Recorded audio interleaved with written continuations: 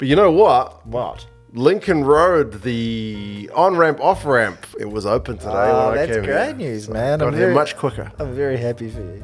That would have cut your Couple minutes off my commute drive. time. Oh, yeah, absolutely. would have taken it from like 10 to 8, maybe. Something like that. I got here in pretty good time. Yeah, and you're still late. I left a bit late. That's okay.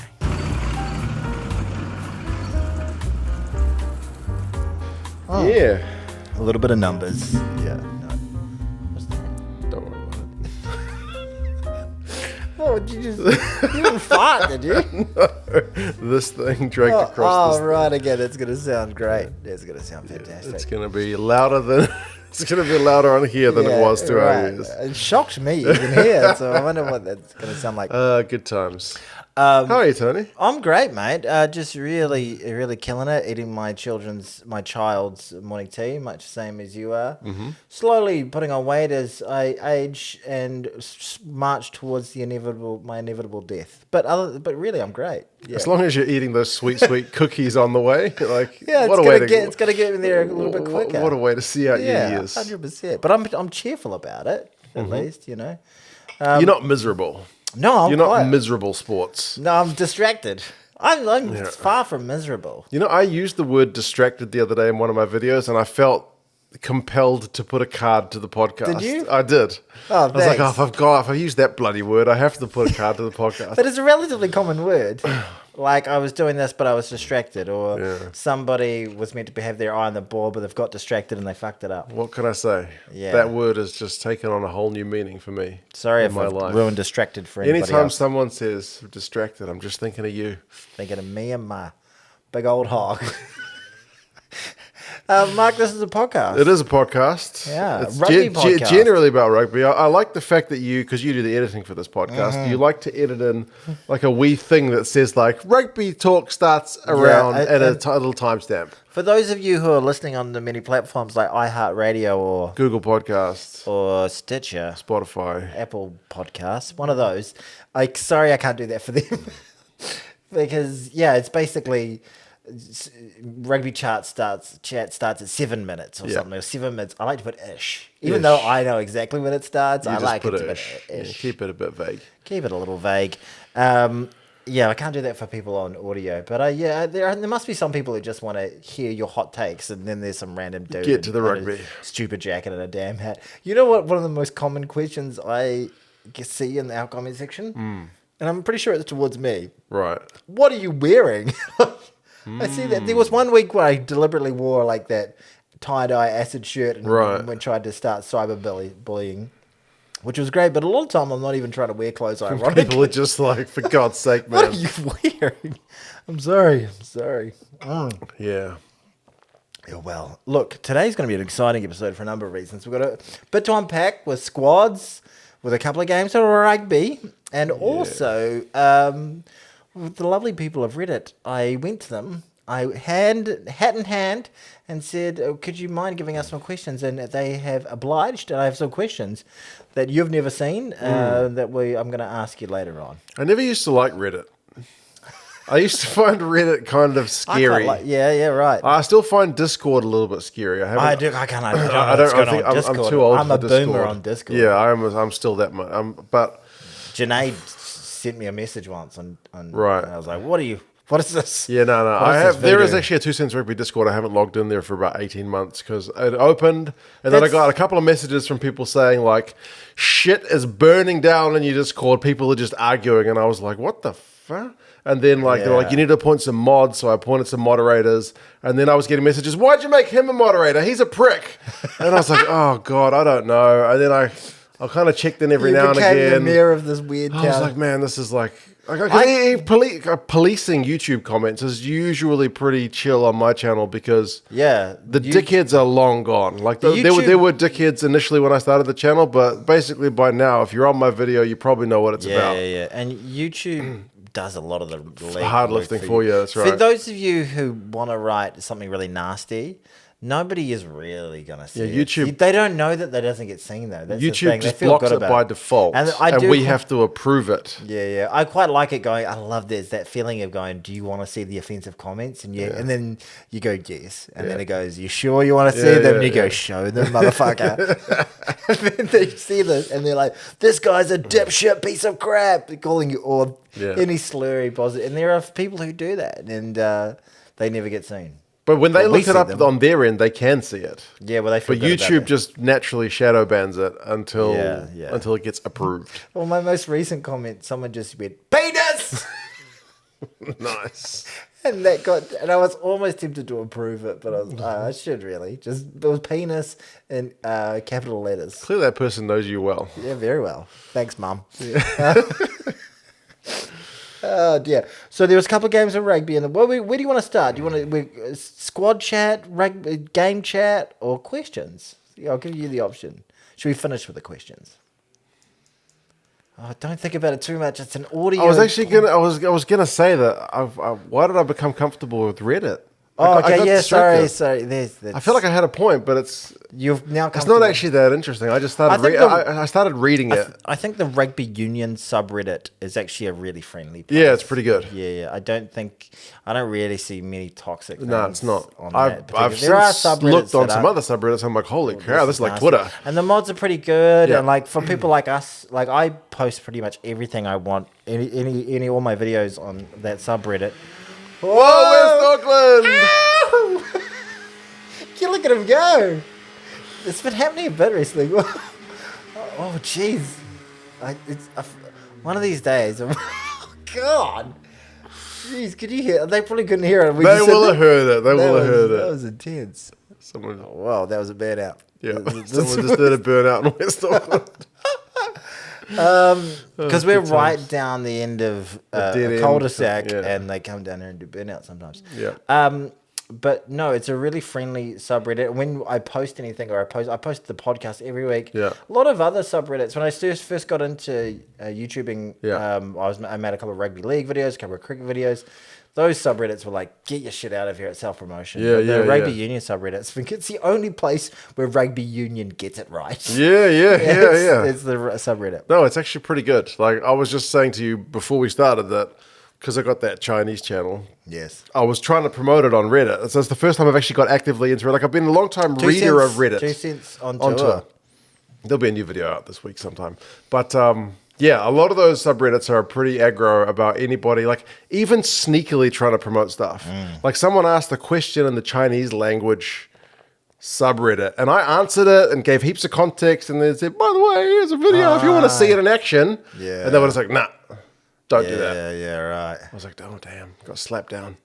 Yeah. There are a lot of different subreddits that I won't talk about, but they're the mods and the power goes to their head, and they're like, no, well, that's technically wrong, so we can't. They wipe it off, and they get their bit of a power trip about that sort of stuff. So, but the rugby union subreddits, all good, all gravy, like it. Well done, rugby Well done union to the subreddit. mods and the subreddit community of rugby union. Really appreciate their hard work. The Springboks picked a squad, They did, and boy.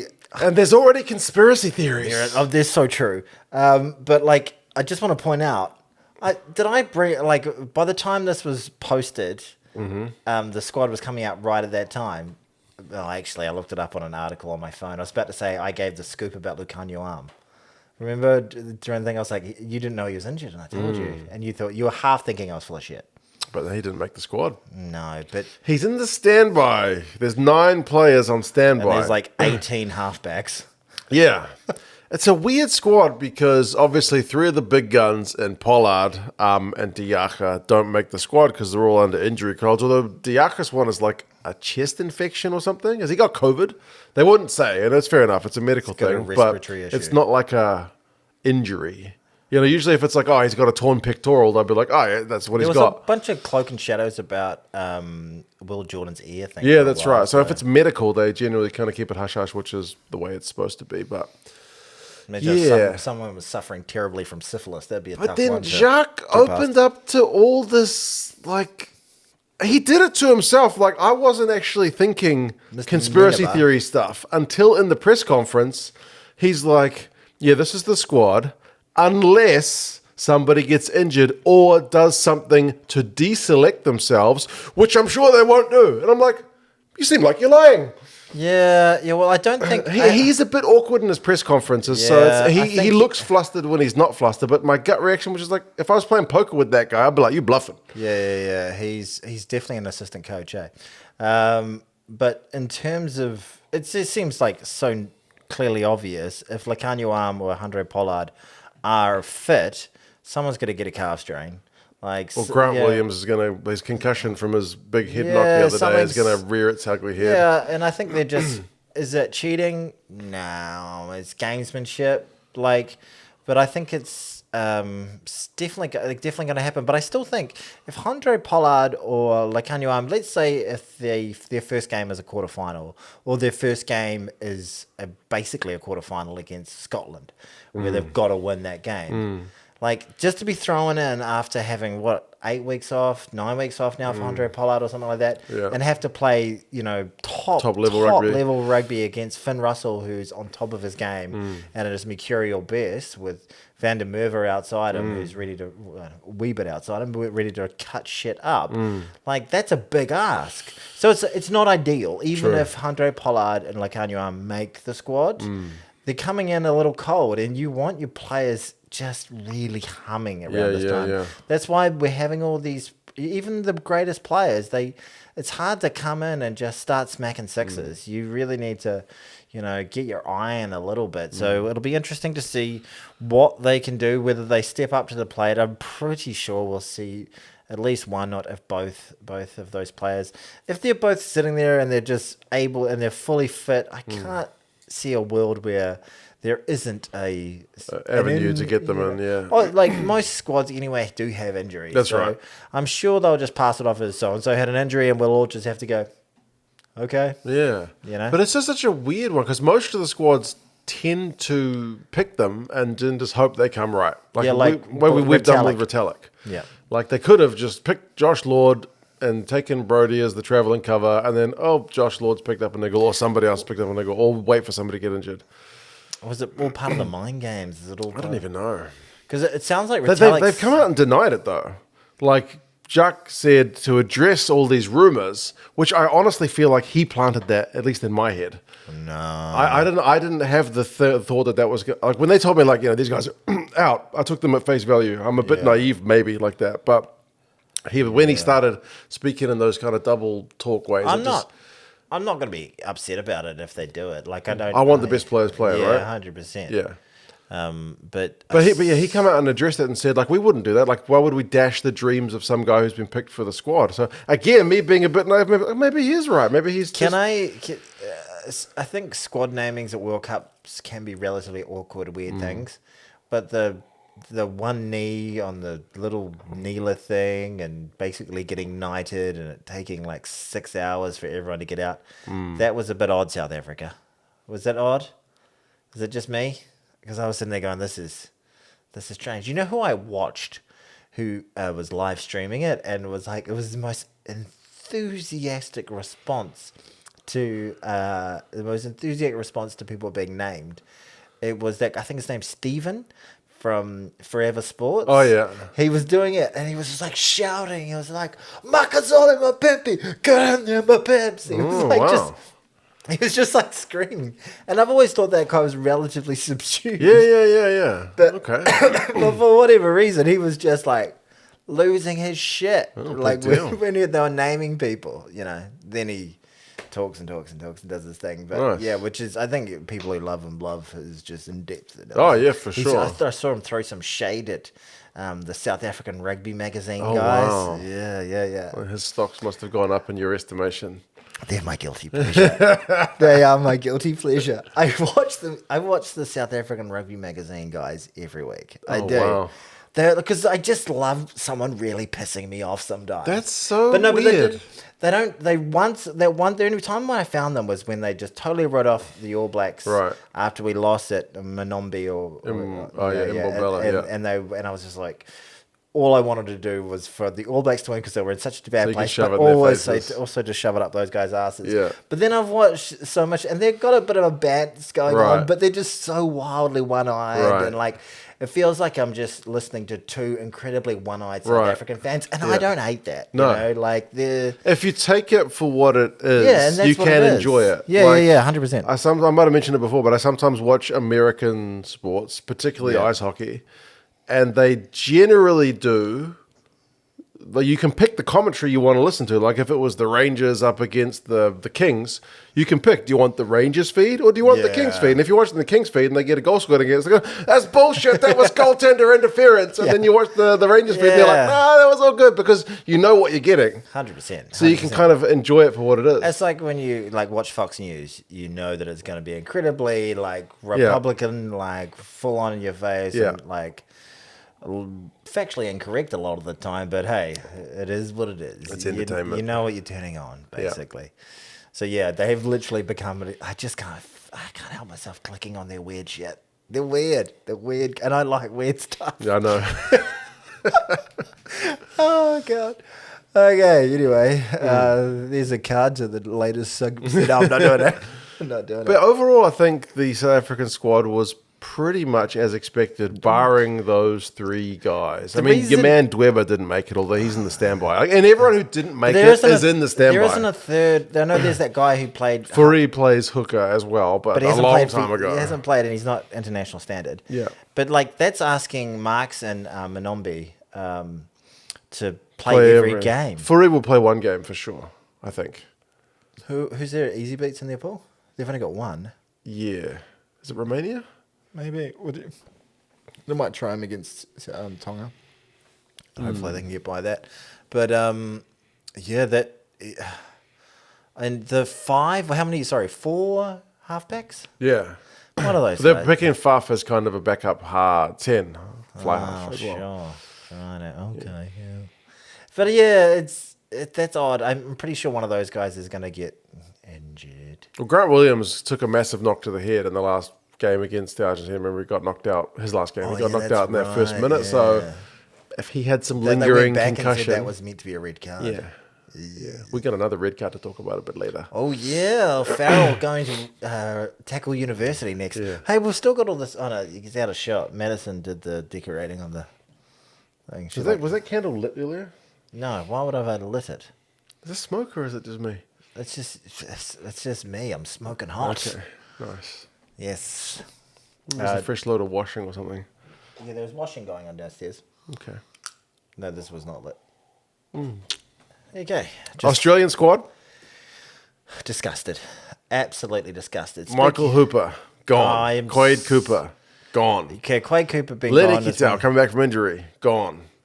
Oh, just revolted. I would be fucking fuming if I was an Aussie fan. And I'm fuming not even as an Aussie fan. I think it's just an absolute disgrace not to have selected Hooper. Like, in terms of his service for Australian rugby, a decade's worth of rugby, and you know what it's comparable to? If we didn't select, and I think I've lost all faith in Eddie Jones after the selection. I know it's still talking about 2027 and going with the young squad and putting even the Carter Gordon just being all his cards on his. I think he hasn't shown enough to have that level of responsibility yet either.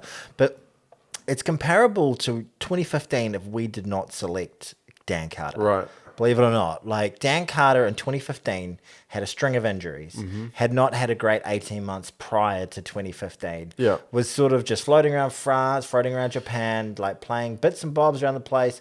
Couldn't string together many games for the Crusaders. I remember listening to Talkback Radio at the time, and it was all like, "Nah, man, we need to play Bodie. Like Dan's fucking past it. He's gone. We've got to get rid of him. Trust him to get through a World Cup." Yeah, and he was talking about how he was injury prone, and then when he had played, he hadn't been in his greatest form. Yeah, exactly this. But thank God we did select him because he was player of the game in the final. Did an incredible drop goal in the semi-final to beat the South Africans, and also did that clutch drop goal from like 40 meters out when we're only 4 points up to get us at least a 7-point buffer in the final. Yep. And goes down as one of the greatest players of all time. That cemented his place. Like, what a way to go out. Had already had over 100 tests, but they had faith in him. They knew his quality.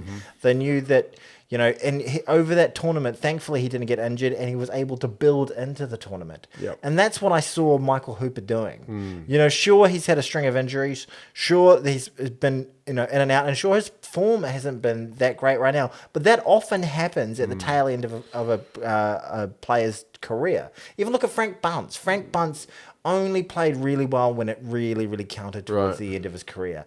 I think Michael Hooper is a massive loss. It's just like even like the talisman, the person they look to for calm, the person they look to for, you know, to like follow me, boys. Yeah. I've got this on my back. Well, so many of those guys are like 24 and 25, so they would have been disgrace. They would have been watching this guy play when they were teenagers. Yeah. So if there's a guy that you want to like follow into battle, Michael Hooper's surely that guy.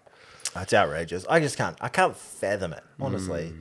Like, I saw, I'm giving all sorts of YouTubers plugs now. I don't think I've ever got a plug on another YouTuber's channel. Oh, distracted. I think you might have done on yours. But, oh, geez, that sounded bitter. But, you know, the guy I kind of enjoy watching, not a guilty pleasure at all. That guy, the Asian guy, Wildcard. Oh, Wildcard, yeah. He just loses his shit. I remember I sent you his video after the Wallabies got hammered by South Africa. Yeah, he is funny. Yeah, he just like in a badly lit room where he's just got his Wallabies jersey on. He's like half a quarter of a 2 cents kind of effort, and then he just goes off basically. Like him reacting to if anyone hasn't seen, I'll put a card there for him reacting to the Wallabies squad. I haven't seen that. Classic. Okay, I'll have to watch that. We'll watch that after this. Yeah. He's very funny. Yeah, I hope you. But yeah, it's real. His rage is real. Yeah. I can feel it. Yeah, I just remember him raging because Reece Hodgson tried to go for like a 60-meter penalty. He's like, I've been watching the Wallabies games that were played before I was fucking born. And even those fucking games, they never went for a fucking 60-meter drop goal. It was great. Yeah. He swears a lot. He's great. Yeah. He's classic. I quite like that. Yeah. He's enjoyable.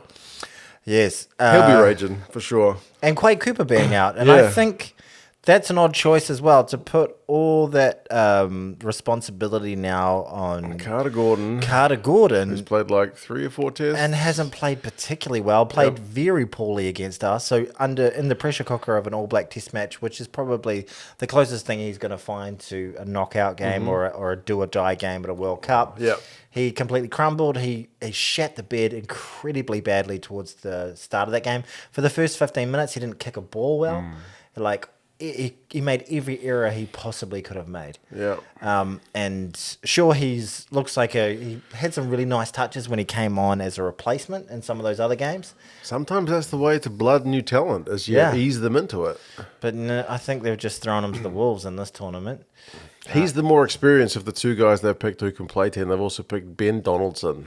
Yeah, right. Who's played like 2 tests. And Quade Cooper, I know that I didn't think he's played, I think, 80 tests, by the way, and been to World Cups before.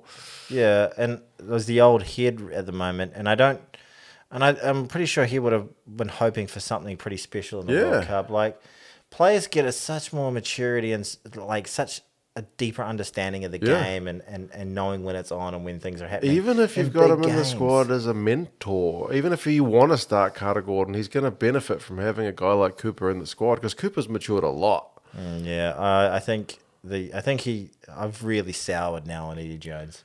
Some people are saying that Eddie Jones has picked the squad just to essentially, I mean, he keeps saying 2027, but essentially there's a World Cup this year to lower expectations. That if the Wallabies bomb out, then the easy excuse is there. Well, it was a young side and we've got 4 years to build. What a twat! Get him out. Like the World Cup is not the time you just go, well, fuck it. Yeah, exactly. You still got to give it. You got to give it your best shot. Who have they got in their pool? They've got the first Wales, Fiji, Georgia. Wales and Fiji. Yeah. Lick your lips, boys. Like,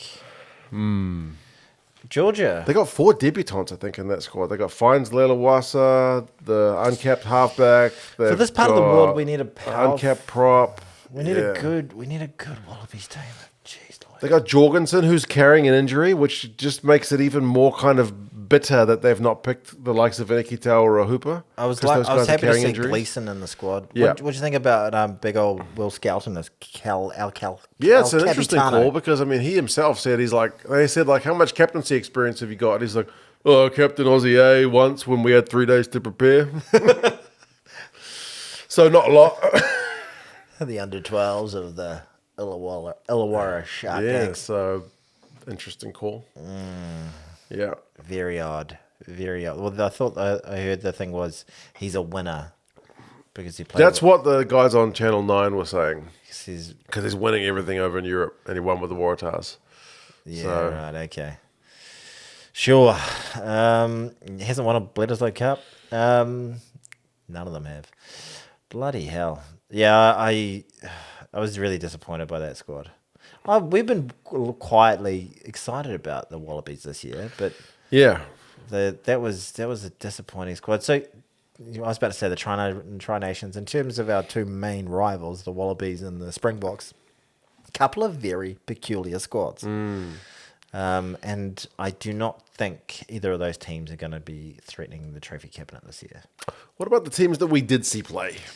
We saw England play Wales. By the way, I could be definitely wrong about South Africa before you put your hate in there, but that's just my opinion right at this very moment. You're talking about Wales versus England. Did you watch that game? I did watch that game, and I'm never going to be able to get that time back in my life. First half was just I like watching rugby quite a lot. And sometimes I can find enjoyment in games which other people don't like. Like if it's like brutal defense, just like shutting each other down, it's kind of like you can appreciate it for what it is. Can you appreciate reset scrums? Yeah, not as much. No. Okay. But this game in the first half was just kind of error-ridden. Can I look, I'm going to try and defend it, right? Okay. In defense of this game, Judge, they were playing with more width than they usually would. They were both sides were looking to attack. Right. But neither of them could catch the ball. Which is a pretty important part of being able to string together 5 phases. Yeah, and just cold drops. Yeah. So many out on the full, like cold knock on. Yeah. Line out. God, the Welsh line out was infuriating. It's like they hadn't practiced line outs once all week. Yeah, these teams did not look like they're World Cup ready. My first thought was these guys are not going to win a World Cup. They're not even close to winning a World Cup like that. But also in the back of my mind, this is a warm-up game. This is not the World Cup. This is why we play these bloody games, so you can sharpen and get ready. But they still look very far off the pace. Ball. What is that? Professional rugby players dropping that much ball, hard to watch. It was at times. Not a great advertisement for the game. I did like the English. They were putting in a lot of kicks through, which was giving the Welsh guys a bit of trouble. That part I could at least appreciate. And I mean, Wales were under a lot of pressure in that first half and kind of kept England just to kicking penalties, which was at least one thing. Like Wales under Pivac when they lost. What's that defense coach's name who went to France? The league guy. Sean Edwards. Yeah, all right. Gareth? What did we? Sean. Dude, I'm so sorry. Yeah, I was thinking about something else, and then you started clicking at me, and now I'm like, what are we talking about? Yeah. Since they lost him, the Welsh defense just seemed to it used to be like under Gats before they were just like brutal defenders, and then they kind of lost that under Pivac, but then they seemed to get like a little bit of a touch of that back. Maybe not quite the same, but it was slightly drooping testicle of it. Yeah. What's the league player? That's not important, is it? We don't need to worry about it too much. Well, that was what they built their whole game on, really, wasn't it? Just being uncompromising defenders and just doing everything they did. They're going to win ugly. Do it really bloody well. Yeah. And this is the thing, like, a lot of these teams, and I put South Africa into this bracket too, in terms of you can't just overnight turn yourself into an incredible attacking side. Like, that needs years and years of like building your planning into it and your strategy around it and training and training and training and training it and making it like incredible muscle memory. I'm sure all rugby players just like have the notion of let's throw the ball about today. But at that level, with that much pressure and those defensive lines that come margins up for and error they are so small. come, that quick on you with those level of athletes that are putting that pressure on you, like if you're not 100% precise and 100% well drilled, you're not going to be able to do it. Yeah, and that's what we're seeing. They're just not. They're not there. Yeah, And what a contrast. Oh, okay, should we talk about second half was a bit more interesting. Last 20 minutes were very interesting. There was one point in the game where comically there were 3 England players sitting on the sidelines in the naughty boys chairs. Looked like and hear it's no like, evil, see Wales, no- can you score? And they had this. They fucked up a line out, and I was like, for God's sake, guys! But then, with all that open space from the backfield, somehow 15 against 12, they managed to get a big old line break, and then a support runner, Thomas Williams, managed to get a try. Playing a football team. But then England, what were the 3 cards? It was Stewart tackled a guy in the air, which was pretty bloody dumb. Is that on report? I don't think so. He got yellow carded. It looked quite bad, though. Yeah, and then Farrell, with his typical Farrell tackle, got yellow carded, which was upgraded to a red. What was the other one? There was another one. Was it a prop? It was one of the props. Yeah, Genji. For overextending at scrum time. So, yes. That was a culmination of penalties. But geez, that fucking Farrell tackle.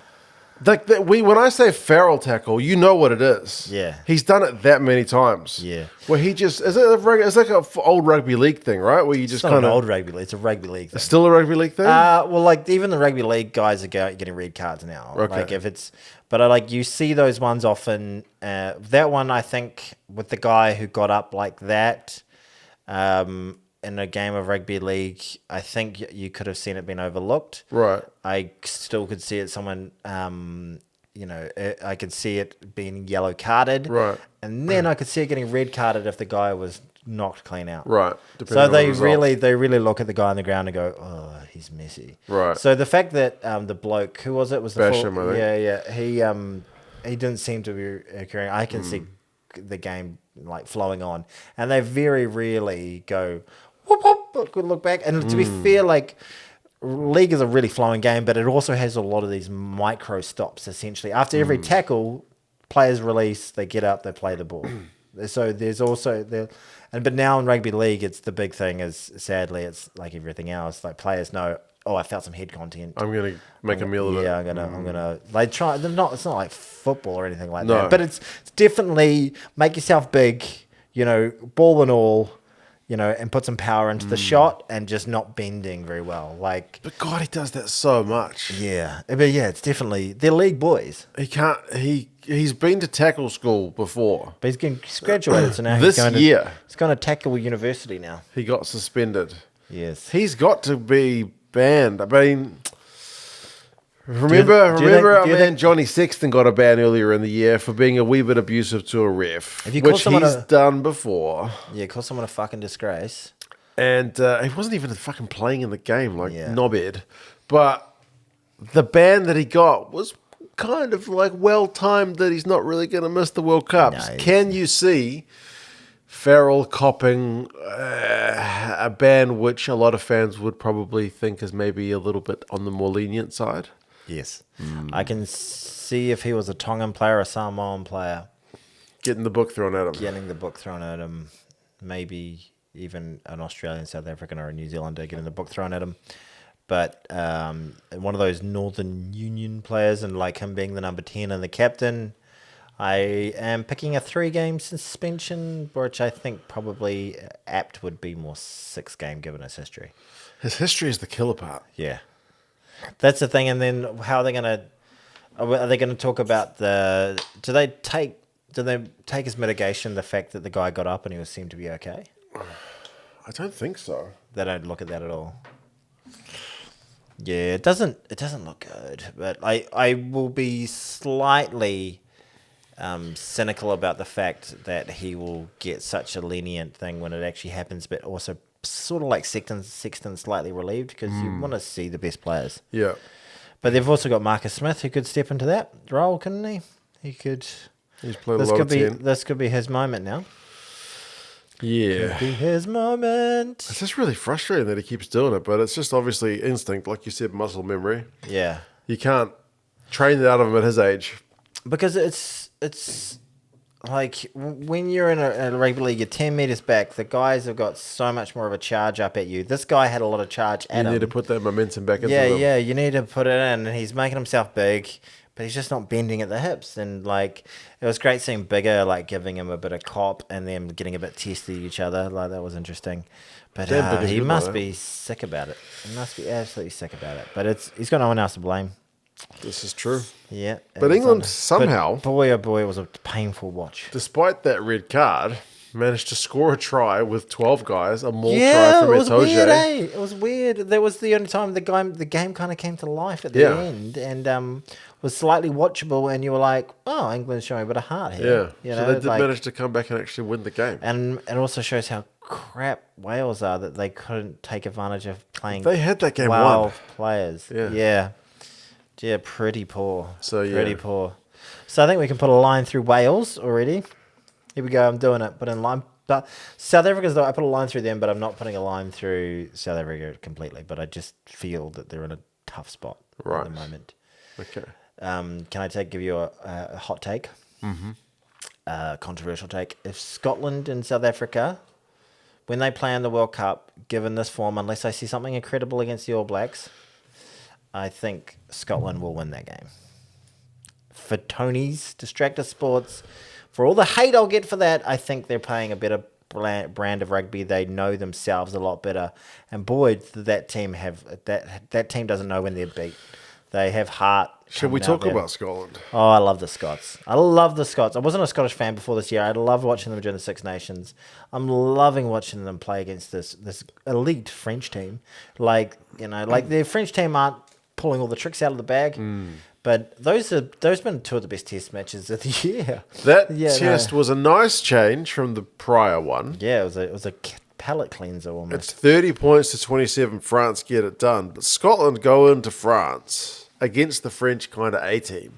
That hopped up hot French hostile atmosphere. Yeah, the crowd there was incredible. Great. The one caveat it kind of got is that most of these French guys were playing their first game. Whereas the Scottish are already in their third game of the season, of the warm-ups. Second game. Intermac was back. Pinot was out there. Dupont was there. So Dupont's kicking the air out of the balls. I've never seen that before. It was insane. Kinghorn just stops and is like, stop. What is that? The ball's flat. But I would have loved one of the French guys just to fucking smash it. Well, I don't care. It's still a ball in there. You know. That was a really, really enjoyable game. Yeah. The Scots get 4 tries to 3 in France. They outscore the French in tries, but not with points. Yeah, which is tricky because they judge the game and the winner on points. Sadly. Yeah, sadly. But I'm not. Nobody across that series. Do the South Africans or do the French lose stock, and do the Scots gain stock, or do they both not gain or lose anything? I think definitely the Scots gain stock. I think a lot of people were expecting the Scots to lose kind of handily because it was back in France and the French big guns were allowed to play. Yeah, but the Scottish guys having an extra week prep, kind of in those guys playing the week before, and they got the first try of the game. I thought kind of made sense. They looked sharper from the start. Making dumb mistakes, but I love the fact their discipline was awful. Yeah, they make dumb mistakes, but there were a couple. They were behind by quite a bit. Yeah, they were almost dead and buried. In both of these games, they were behind by quite a bit. Yeah.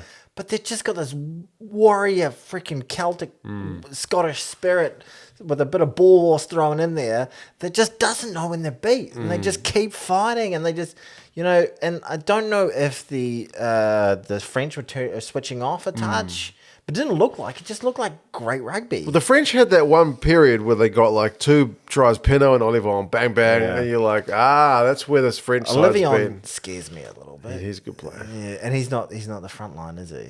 Yeah, he had a long time out injured, and then he's kind of reclaimed his spot in the back row. I think he's got it, yeah. With Gillon being injured as well. Yeah. Means they're kind of down a player in the back row of the French, so yeah. Oh, God. Yeah, the French look great as well. I don't think the French lost that much stock again in the series. Some people saying the French over the last kind of 12 months have maybe they've already peaked that year. They won the Grand Slam, and now they're kind of... Nah, I don't think so. I reckon that we opened, what do they call that? Your mum's box? What do they call Pandora's it? box. Pandora's box, not your mum's box. And we just got a little glimpse of what they're actually capable of when they just absolutely took the souls of all 23 Englishmen at Twickenham and all of the crowd at the same time, and and put it into a big old French soup. They are capable of immense stuff, and I've said this before. One of my favorite things about the All Blacks is when they're on, no one goes with them. When they are playing well, you just have to hope like hell we don't score 30 points. Damage minimization. Yeah. But the French are doing this too now, and the French are doing it and been doing it for longer than we have, and I think they've just got those extra gears that other teams just don't have. They've got special talent. Yeah. I think the French will get a bit sharper. Yeah. They've made a few uncharacteristic errors in that game. Their scrum got on top. The Scots scrum ended up a little bit shaky. But, yeah, I think both teams will be better having played that game. Scots take a bit of confidence. Yeah, and I think, whereas I could say in that English-Welsh game, both of those guys, but even the English winning that game, they'll probably come out and go, look, we showed a bit of heart, a bit of grit. But there'll also be so many parts of that game that they were disappointed with. And they won't be feeling wildly confident as a squad. And neither will the Welsh. So they'll both walk away just saying like, ugh. Whereas, the French and the Scots walk away going, we just played top flight rugby with some of the best players in the world, and we've scored some of the best tries that have been seen. There were some in really good tries in that game. Yeah. That game was just tasty. Yeah, I really... That pool, man, like we've bitched a lot about. I've got to a point now where we've bitched a lot about this side of the draw being that only two of the 5 best teams in the world can get it through, which is bananas.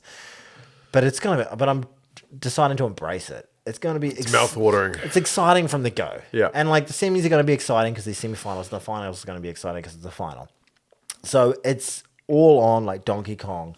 Like from the get-go, and that pool with South Africa and Scotland, I am very, very interested to see. And I imagine if Ireland, after all their hype, all this time being number 1 team in the world, winning the Six Nations race, just shit the bed against Scotland, and the South Africans just grind a win out of them. It could happen. Yeah, there's a lot of possibilities with these pools. Yeah, there's upsets. There's upsets. Our happening. pool looks kind of stable because as good as Italy can play and as much they've improved at the moment, and this could be a clip that you can play back if it's bullshit, but the All Blacks and the French should go 1-2 or 2-1 out of that pool. Yeah. Whereas that second pool with Scotland, Ireland, and South Africa, like that's tasty as fuck. And then with this Aussie squad, with the Georgians, the Fijians, like. Yeah. Welsh, like, geez, what a fucking tasty pool that is. Yeah. And then you got Argentina, Japan, and England in the other one. There's some tasty stuff from the get-go. Yeah. Yeah. Which is good. Getting a Calendaris just thinking about it. I really am. Or a great Scott. Or a big old Kane.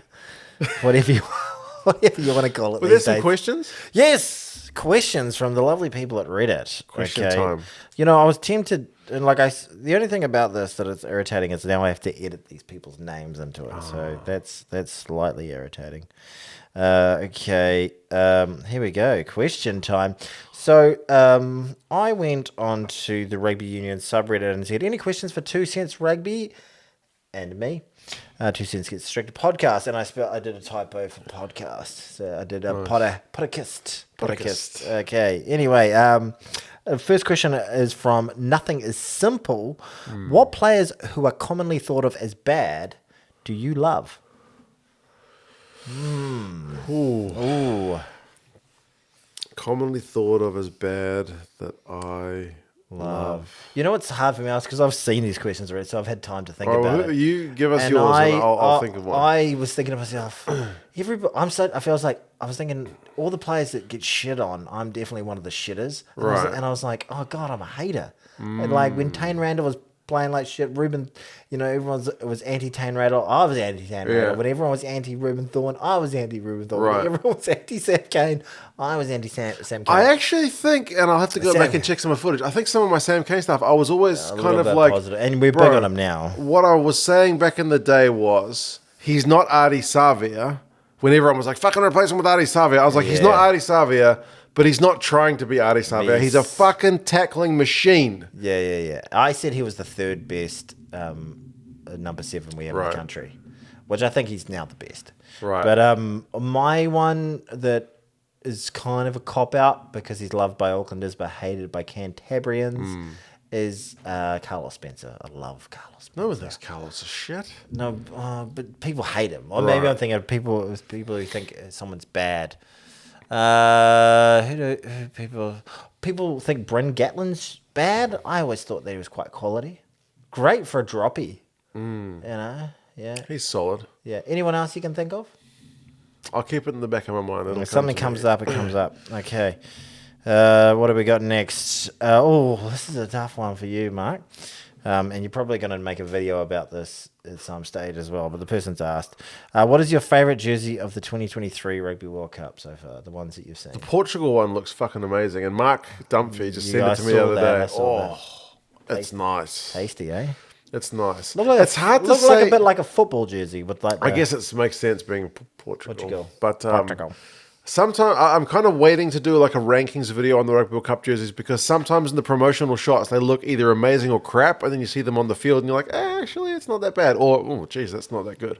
Yeah, right. Like with our one with all the grapes and stuff and the testicles and whatnot. It's not as bad in person. I've seen it in person. It's not. Like I don't reckon it's good. I got the one from last tournament, and there's a fern on that one as well. Yeah, but it's not as noticeable. But if you got a camera with a flash, then it really looks super shiny. Not a question, but I loved your vid on the Springboks winning and not winning the World Cup. So thanks, mate. Nice. That was a distracted sports fan. Senior Punchline.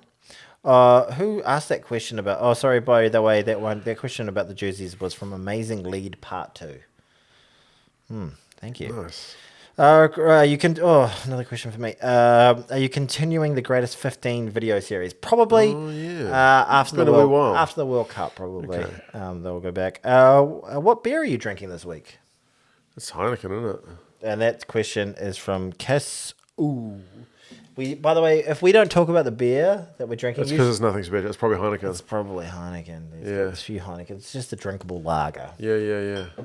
I spent so much in I don't mind craft beers. I do enjoy them, but I kind of overdid them from about the time I was about 28 to the time I was about 38. Right. It was just a complete... All about the craft beers. All just a big craft beer wanker. Like, well, this is a hoppy one. Oh, this is... I can tell that this yeast is on the north side of it. Like, just a wank. Right. But I got to the point where I was just like... I drink IPAs all night and just be like... I just feel like there's a rock at the bottom of my stomach, Anyway. I've thought of a guy for that underrated kind of but I can't think of his name. Who? There was a guy who used to play for the Blues as a fullback and sometimes come centre, and he buggered off to the Highlanders. He's a white guy, but I can't think of his name.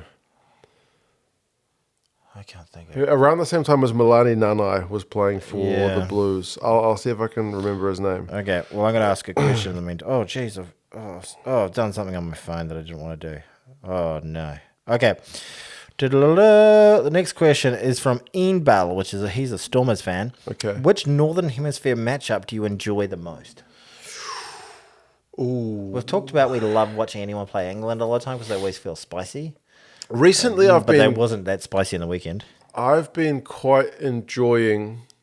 I mean, the Scotland-France one's actually kind of tasty, but in terms of the off-the-field stuff, the build-up to Scotland against Ireland has been fantastic. Yeah, because there's always at least one Irish pundit who's like, these fucking Scots are just, they don't know their place. These guys suck shit and they're not going to beat us. They always think they're going to beat us. And the Scots, every game, they just talk it down like, man, Ireland are good. We're not going to beat them. That doesn't mean we're not going to beat them. But yeah, and just watching that drama unfold. And then also maybe there's just people saying it that I don't see. But in the comments, like, these fucking arrogant Scots. I'm like, where are they? Like every Scottish fan I've talked to is miserable and like, we fucking always lose. I don't know where it comes from. I feel that way a little bit about when I hear Australia play and they talk about like they've got a legitimate chance of winning. And I'm like, know your place. Right.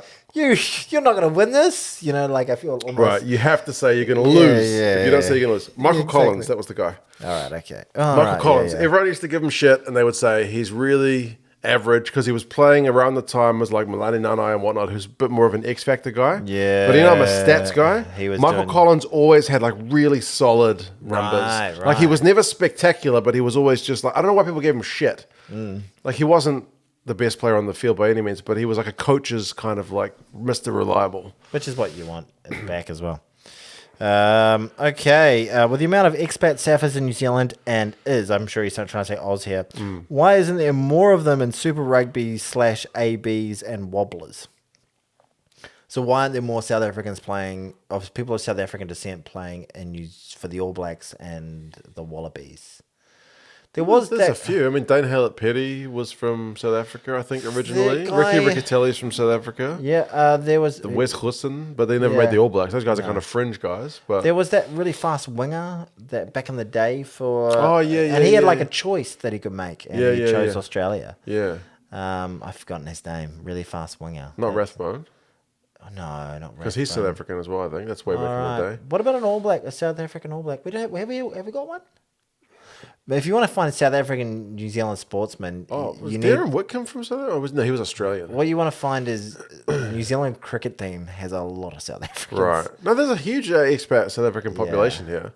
There's like South African stores where you can buy freaking biltong and Bulls and all that sort of thing. Yeah, there's a lot of South Africans here. They all live in Browns Bay. And they're nice people. Yeah, my son's rugby team's got a South African kid in it. I work with 4 South African women. There you go. Half the time I ring up, it's like, it's a South African. I'm like, hey, what's up? The one guy in my son's rugby team who knew me from the channel was the South African guy.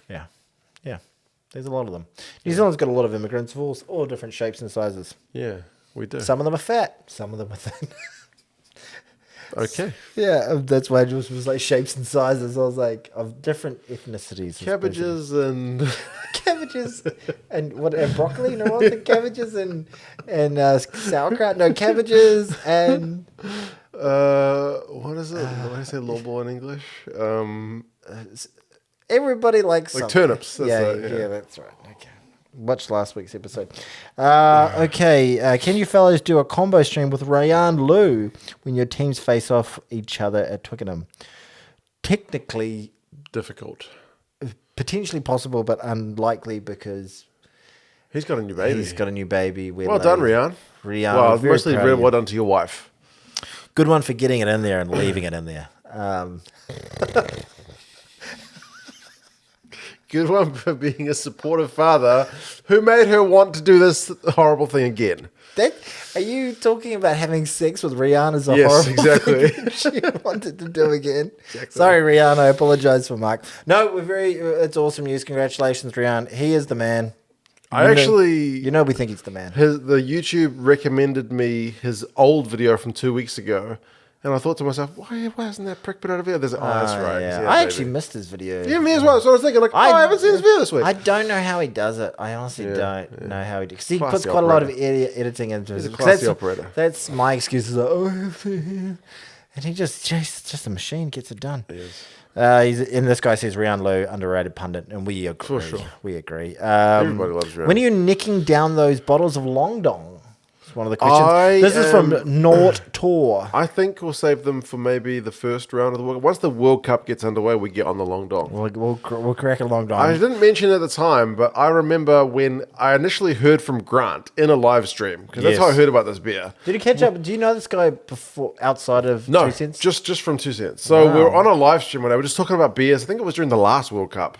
So it goes back a long way. We're talking about beers. What a legend. And I knew Grant's in Long Dong in Taiwan.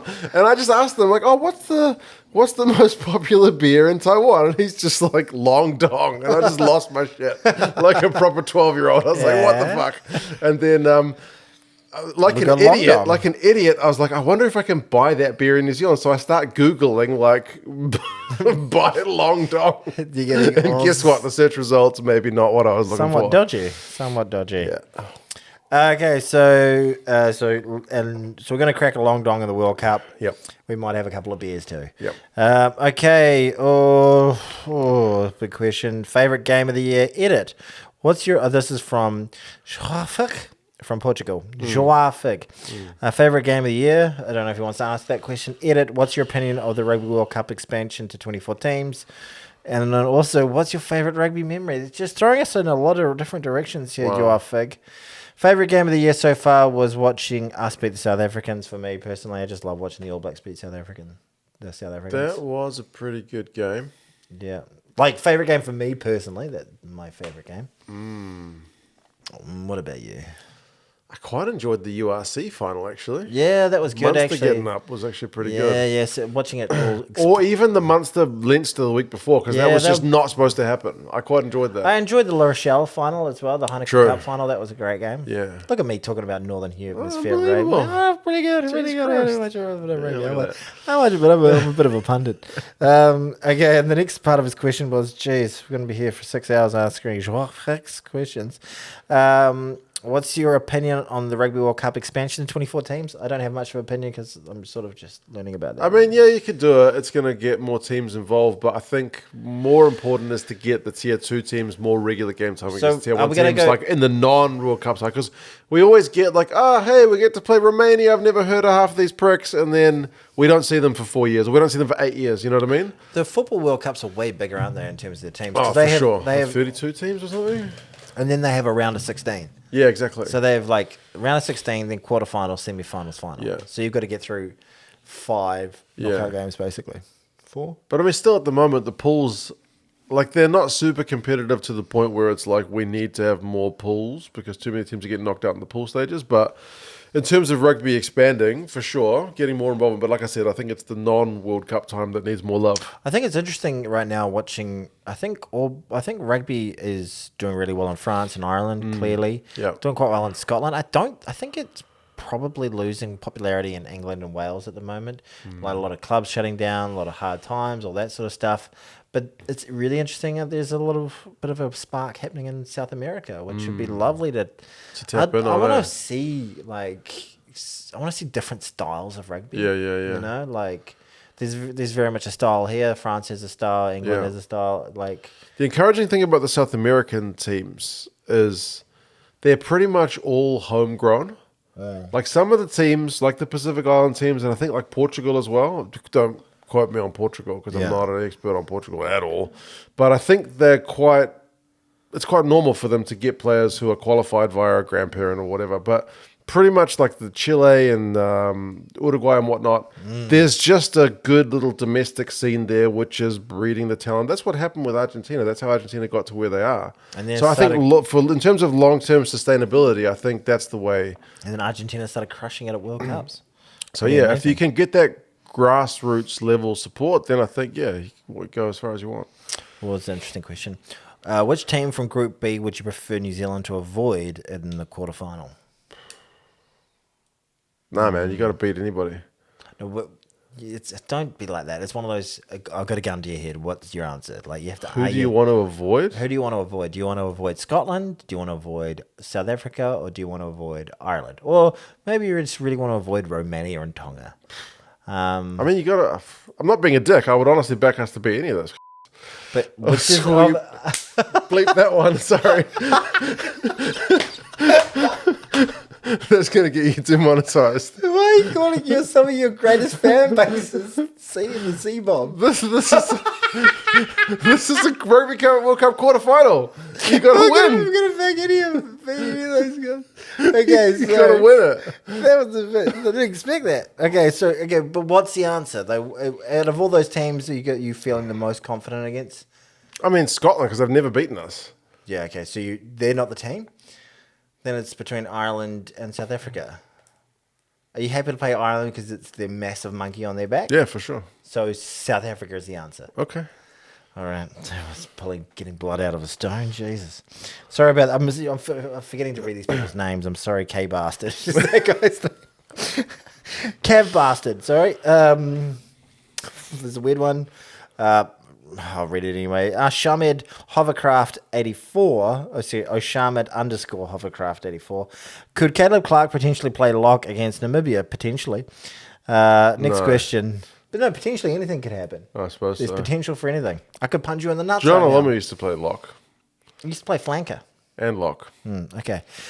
Signal Butterscotch 73. Another question. His goes to Scott, and I think you're going to like the answer here, Signal Butterscotch. Another question. Should South Africa and Ireland be scared of Scotland? Yeah. 100% they should. Yeah. Scotland is looking very, very good, and we've gone at great lengths to express that in this podcast, I think. Rugby World Cup, man. It's like, shit, anything can happen. Last World Cup, Japan beat freaking Ireland in the pool. That's right. You guys Nobody saw that coming. Absolutely. Okay. But the answer to the question is yes. UTM will Shooter stay in New Zealand? Don't know. Nah. You know, I don't know. Well, apparently, I haven't heard any more noise About the rugby league rumour. about him going to the Dolphins with Wayne Bennett. So if someone shows him the money, I think he goes. Oh, God, this is another hard one. Ian Bell from the Stormers asks, do people in New Zealand feel strongly about Fritzl? I think he's talking about Frizzell being in the squad. No, people don't feel strongly about it, but he did have a terrible night. Yeah. Yeah, he was a real prat that night. More than a prat, criminally abusive. Yeah. Bad. Okay. When is Mark getting new glasses and why does he wear a hat? These are kind of new glasses. They're just very similar to the old ones. About 2 years ago at OPSM, I got the two. These got little whites. Yeah, these are grey instead of black.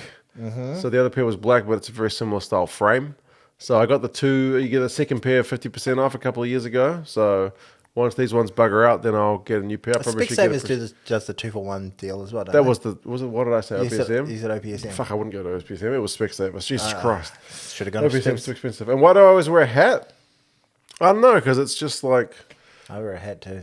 Yeah. I do have hair, and it's not gone grey yet, so it's more than I can say for some guys my age. What can I say? I've still got some.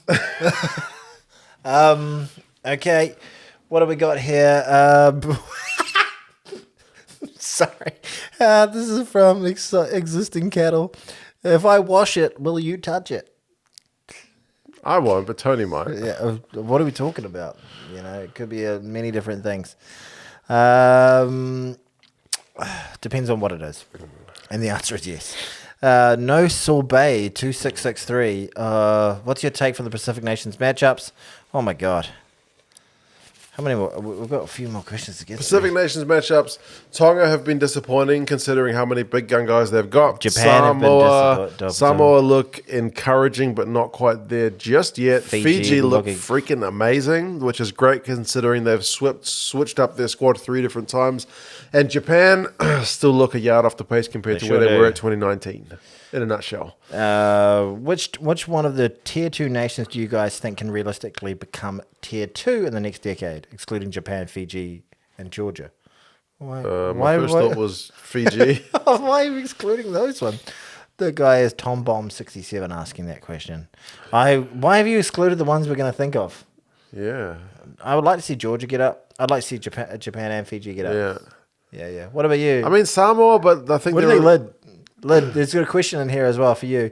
The question is, if I wash it, will you touch it? Yes. Oh, yes. There you go. Yes, from the Malaysian judge. Okay, and the final question, Mark, we got There we through go. them. Gee, there were a few here, wasn't there?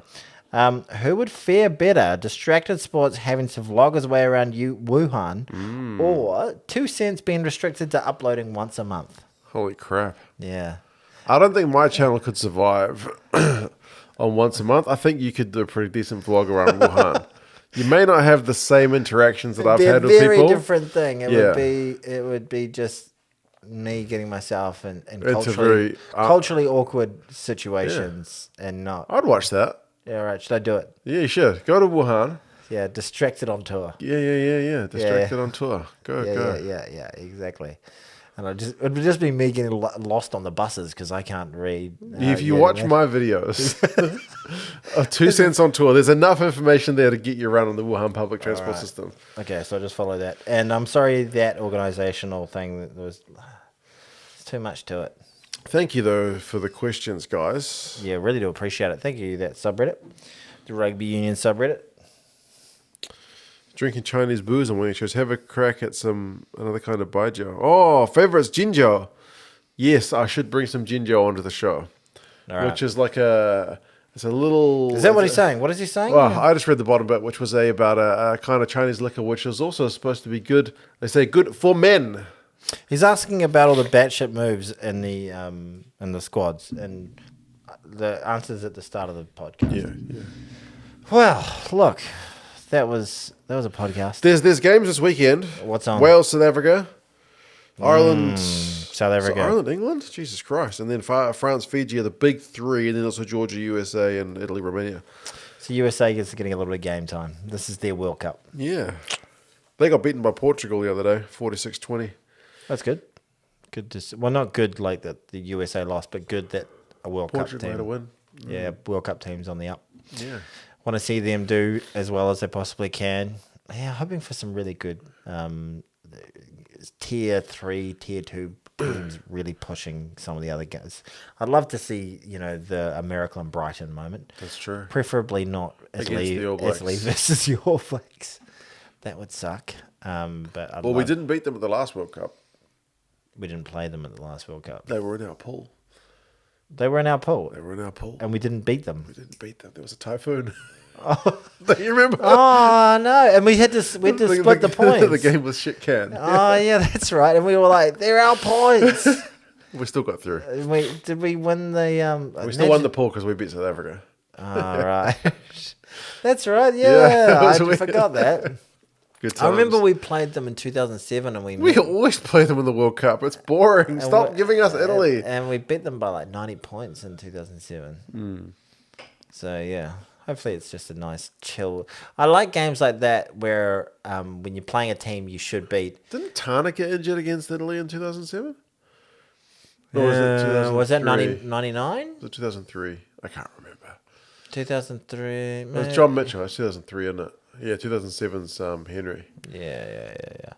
I like games when you're playing a team you should definitely beat and it's in the bag in 12 minutes. Like you're 3 or 4 tries ahead and you're just like, I can just relax. I can just enjoy this now. Nice. I don't like feeling uneasy for long periods of time against teams you should beat.